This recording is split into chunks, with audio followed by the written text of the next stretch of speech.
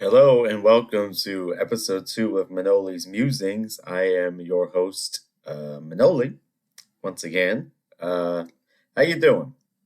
Everything hunky-dory? Everything all right? I was thinking, I'm like, I don't know. The people seem to like the first episode, so I guess I'll give it another go, huh? And I was thinking, is this what the world needs right now? Another podcast? Well, maybe it's not what the world needs. Maybe it's what I need, huh? You ever think about that? You ever once think about that? I can handle things. I'm smart. Not like everyone says that I'm dumb. I'm smart and I want respect. A little Godfather 2 Fredo impersonation there. John Cazale played Fredo in the Godfather movies. What a talent this guy was. He was in 5 movies. Literally, his first movie was The Godfather. I mean, I don't know how you can ask for a better start to a career. He was in The Godfather Part 2, um, The Conversation, all directed by Coppola. Then later, Dog Day Afternoon. And then his last movie was The Deer Hunter. And amazing actor. And you can see it in his movies. I mean, just raw talent. I mean, he did 5 movies, and all 5 were nominated for the Academy Award for Best Picture. And it's so sad that he died not long after he wrapped up the Deer Hunter. And at the time, he was dating Meryl Streep, and she stayed with him to the very end. That just goes to show, what kind of relationship they had, how she cared for him. But amazing actor. It's such a shame that he never had the chance to, have a full career. Yeah, so he was in 5 movies. They were all nominated for or won Best Picture. And then even later on, they used his footage in The Godfather Part 3, and that was nominated for Best Picture. So, really unique career, excellent actor. A little movie trivia for you. Okay, so what did I do today? I'm actually going to release this now because I'm going to be out of the country on spring break coming up here soon. So I wanted to get another episode in the books because, I thought I had exhausted things to say, but it turns out I actually have a lot to say. Maybe too much. Yeah, so this morning I woke up early. I had to get some work done, and I was working on my thesis. It's like so I can graduate college. That's kind of important. And I was listening to a Mozart opera, early opera. He was 14 when he wrote it, a Mitridate, Re di Ponto. And he was 14 years old when he wrote it. It's not as popular as some of the other ones, some of the mature operas, as they're called. But I mean, what a work! It's like 3.5 hours long, but I swear it goes by fast. It's an opera seria, which means that there's very few ensembles. There's one duet at the end of Act Two, and then a very brief ensemble at the end of the opera, but that's it. The rest is all arias and recit basically. The story, I swear that this guy Mithridates would be his real name, not Italian. So he was the king of Pontus, which is like back in the day, it was part of the Hellenic kind of empire that Alexander started. Nowadays, it would be northern Turkey on the Black Sea. And this guy was fighting the Romans, and I mean, he gave them one hell of a fight. I mean, this guy fought them for decades and decades and decades. He's like the one man army against the Romans. And in the opera, it opens up, and he has 2 sons, Sifere and Farnace. And this messenger comes in and he says, "Oh, oh, boys, your father died on the battlefield." Do you know what their first reaction to that was? This great warrior father? Did they mourn him? Were they sad? No, you know what they did? They looked at their father's fiance, Aspasia, and they said, "Hey, since my father died and all, I was wondering if he'd consider me marrying me instead." The guy had not even his body was not even cold. His sons don't care at all. I mean, what kind of children are these? The most ungrateful brats, right? Anyway, so fast forward about, I guess, 45 minutes, and you know what? It turns out it was fake news. Mitridate is alive, and he's come to marry Aspasia. And not only that, he brought a girl for his ungrateful son Farnace, who's crazy about him, even though she's never actually seen him. I mean, this guy gets a bad rap. I mean, think about it. Your father, he's fighting off the Romans for you, then he brings you this beautiful girl to marry, and she's crazy about you. This is like dad of the year. I don't understand. I don't know what's wrong with these sons. They want to kill him. They hate him. The one wants to get Aspasia for himself. I mean, these are the worst children in opera. I swear. And it all comes to light that his sons are trying to betray him. Farnace is actually working with the Romans to try to overthrow his father, which is ridiculous. Yeah, and Mitridate gets a little upset, and I really can't blame him. This guy's been on the battlefield his whole life. And he's got these two ungrateful sons trying to usurp him. I would be upset too, you know. But in the end, his sons go back to him, and they fight alongside him. Mitridate unfortunately is defeated, and he decides to poison himself rather than be captured by the Romans. And then uh, Farnace ends up with his wife, Ismena, and Sifare ends up with his wife, now Aspasia. Mitridate blesses his sons, and it's kind of a happy ending. But I mean, I swear, these kids, man, they don't know how good they had it. I don't think so. Oh gosh, sorry about that. Um, yeah, and I kind of have a beef with Mozart about this opera. Uh, the real Mithridates, this guy was freaking interesting. Okay, he wasn't this lovesick kind of crazy guy that Mozart wants to paint him as. This guy, not only did he single-handedly fight off the Romans for decades, he wore Alexander the Great's clothes because he wanted to replace him. He killed one of his enemies by pouring molten gold down his throat. I mean, how do you know that about someone and you don't put that into the opera? I don't understand. This guy could have been a lot more interesting than what we got. I mean, I love the opera. It's beautiful music, amazing. It's one of my favorites actually. And the recording is beautiful from the late 70s. Arlene Auger, Edita Gruparova, Agnes Balza, the great Greek mezzo, Ileana Kotrubas. Great cast, great cast. Highly recommend. Check it out. Okay. I saw this thing. Moving on from that, I saw this thing. It was there was a show. I guess it was back in the '80s, maybe the '90s. I don't know when exactly. This Is Your Life, and it was this show. They get a celebrity and they trick them. They put them in a room under false pretenses, and then they'd come out and they'd have people from like their past come and like reminisce and tell stories about their home life, their hometowns, and like how they got to where they were. And I was watching Angie Dickinson, one of the great stars of her day. They bring her into a room and they tell her, "Hey, you're going to be interviewing the director Brian De Palma for a special with HBO." Anyway, she gets in there, and then all of a sudden, Pat Sajak walks out, and she's like, "Oh, hey Pat, what's going on here?" And he goes, "Angie Dickinson, this is your life."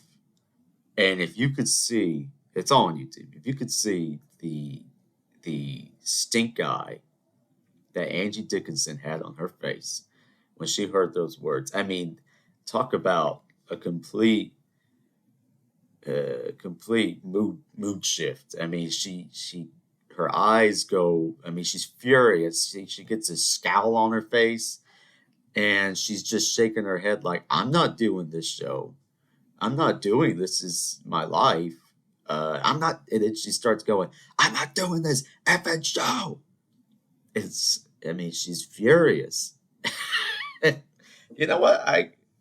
And so they let her go, but I really can't blame her. You bring someone there under false pretenses, and you want to examine their life on live television. I don't think so.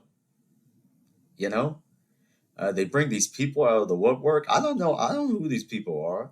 How do you know that they even knew her? They could have just been random people. Oh, I went to high school with Angie. Here's her picture, and we were best friends. And they could come out, and Angie could look at them and say, "Who are you?" If they did that to me, and they're like, "This is your life," I'm like, "Yeah, it is my life. I know. I lived it. Okay, I don't need to rehash it for the general public. If I want to say it, I will. You know." And I don't want people coming out there, "Oh, Manoli, you remember when we were in Paris and blah, blah, blah." I don't need any of that. I don't need anything brought up. Okay? I don't want that to happen.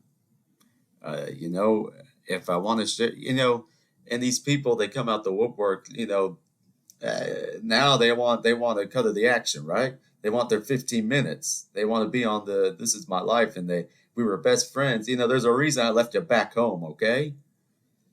Go back. I don't blame her. I don't blame her one bit. She walked out, and I think she did the right thing. And they said, "Angie, you'd be the first person to walk out of the show." And she said, "I don't mind. I'm usually the first." How about that?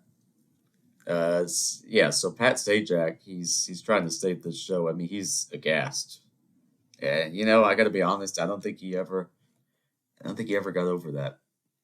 I'm worried about Pat. Have you ever seen an episode of Wheel of Fortune lately? Have you watched Pat Sajak, his mannerisms, his expression? This guy's his eyes are dead, okay? He's standing there and he's waiting on these idiots to answer these puzzles. They don't know where to stand when they come out for the finale. He's got to like guide them and put them on their mark.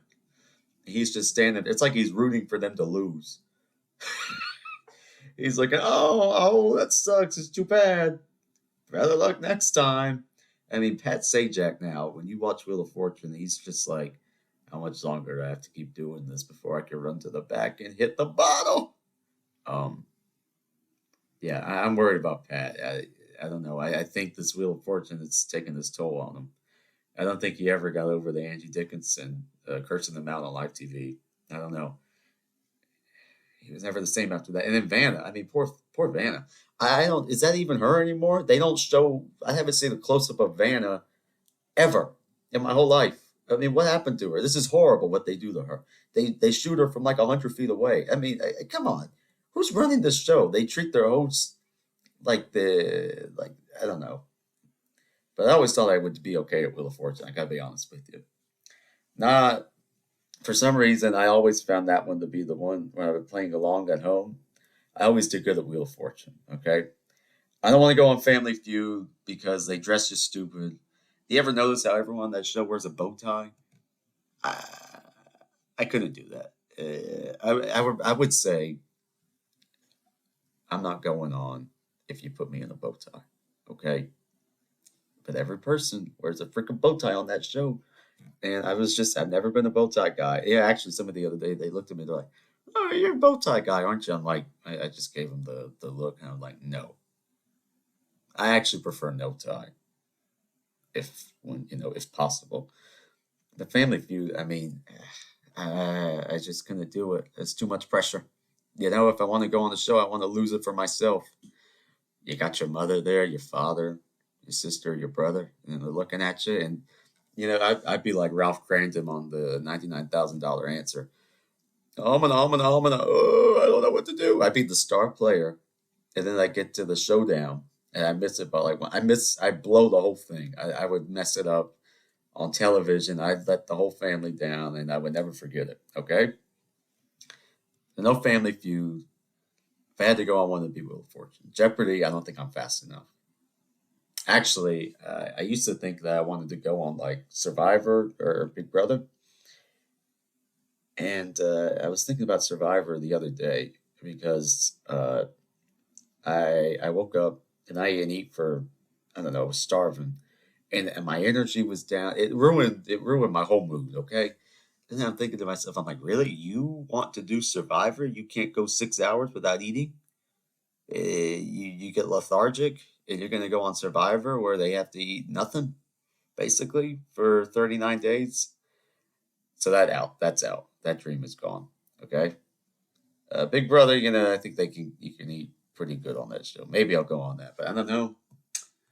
Cameras watching you 24 hours a day. I don't know if I could shake it.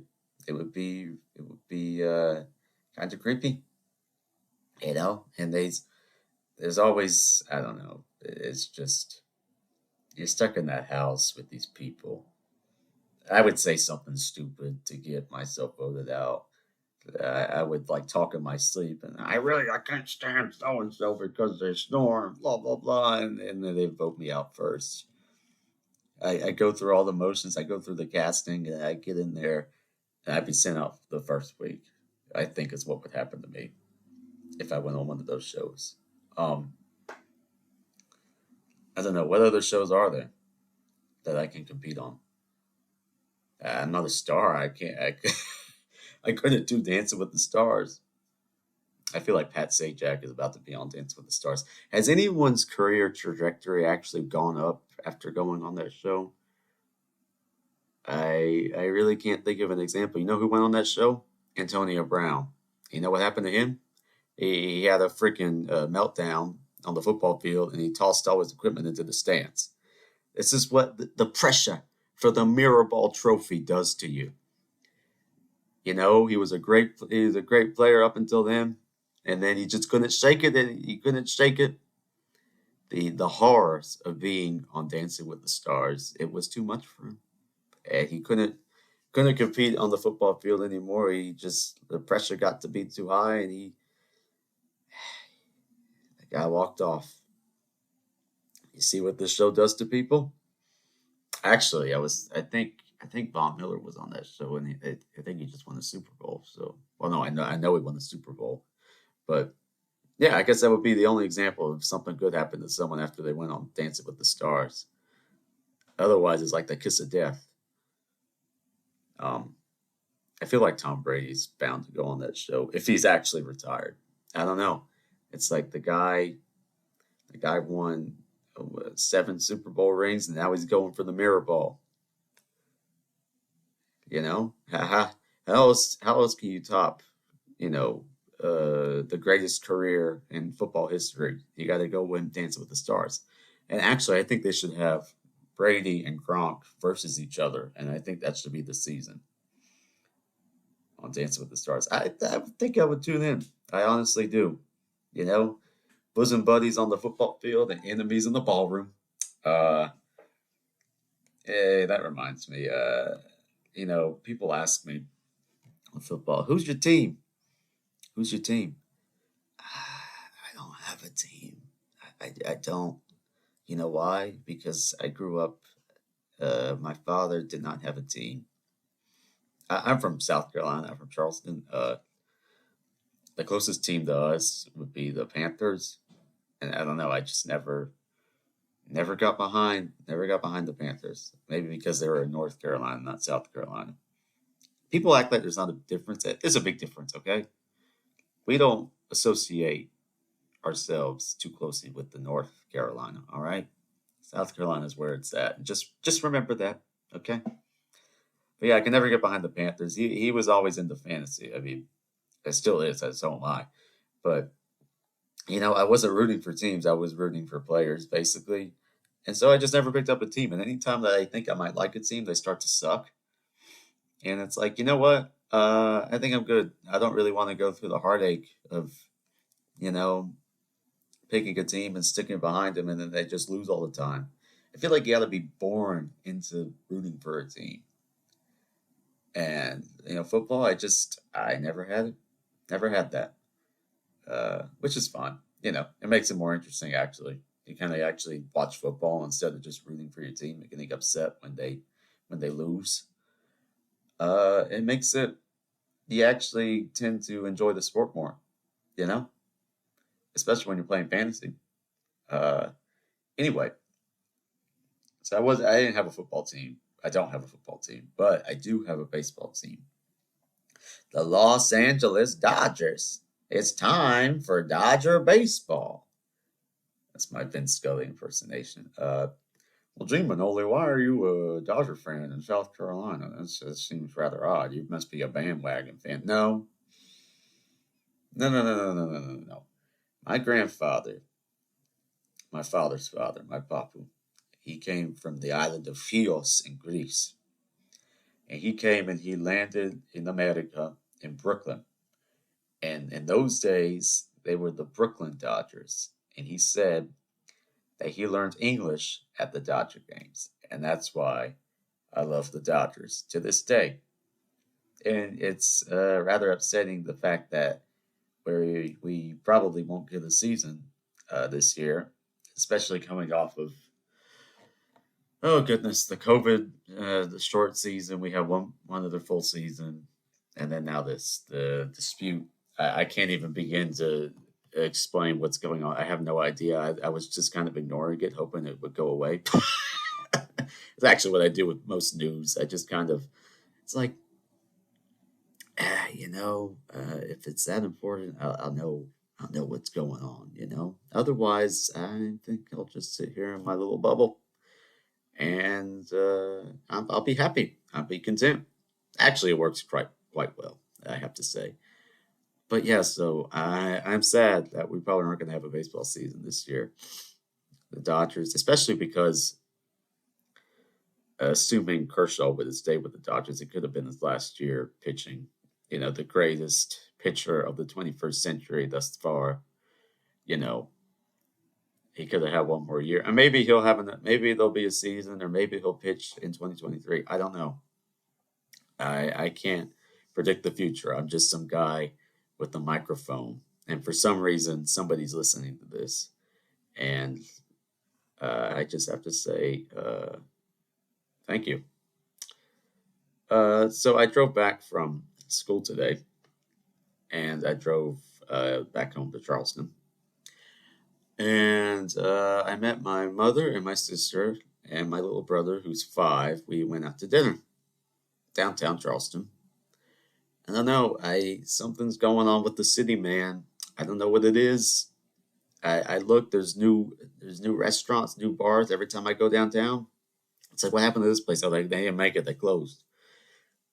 And you got all these new apartment buildings. They don't fit the architecture of the city. These big high rises. Of course, they can't go too high because we have a law in Charleston that the tallest building cannot exceed the height of the tallest church steeple. Hence, the holy city.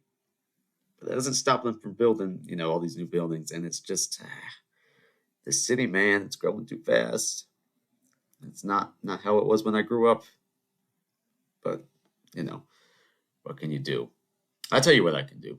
I can complain about it, and this is an example. So I meet my family for dinner, right? We sit down.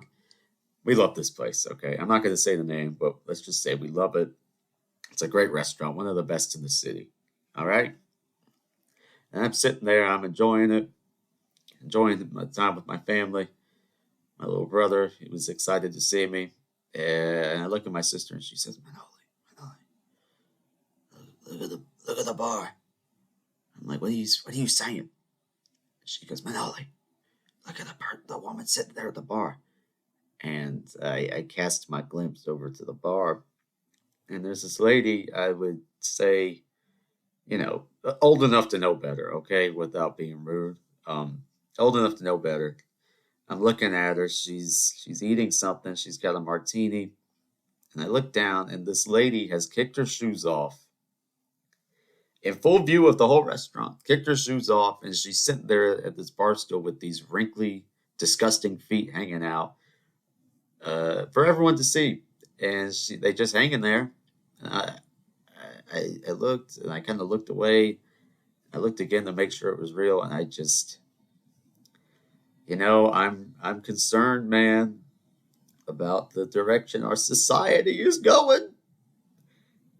I just, people don't know how to act anymore. They go on vacation and they think it's a freaking free for all. No, people live here. They don't want to see your freaking feet. Feet are gross. I don't want to see it. Especially you're eating and you got to look at these disgusting feet. I mean, where are your manners? What are you doing? It wasn't like she had an excuse. I mean, the shoes were normal, but uh, she just felt compelled to kick them off. And I don't know. It's like little things, man. Things like that. They get under my skin, and I'm just how could I don't understand. You know, you go into this fine establishment. I mean, a real place. It's not like it was a freaking dive bar. A real place. And you kick your shoes off at the bar.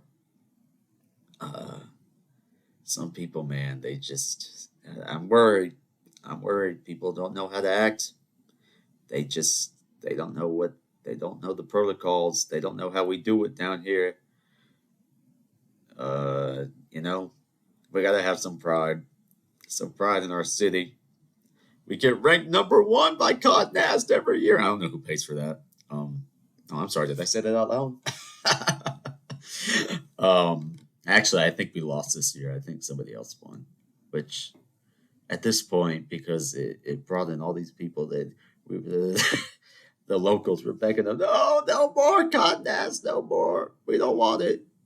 Give someone else number one.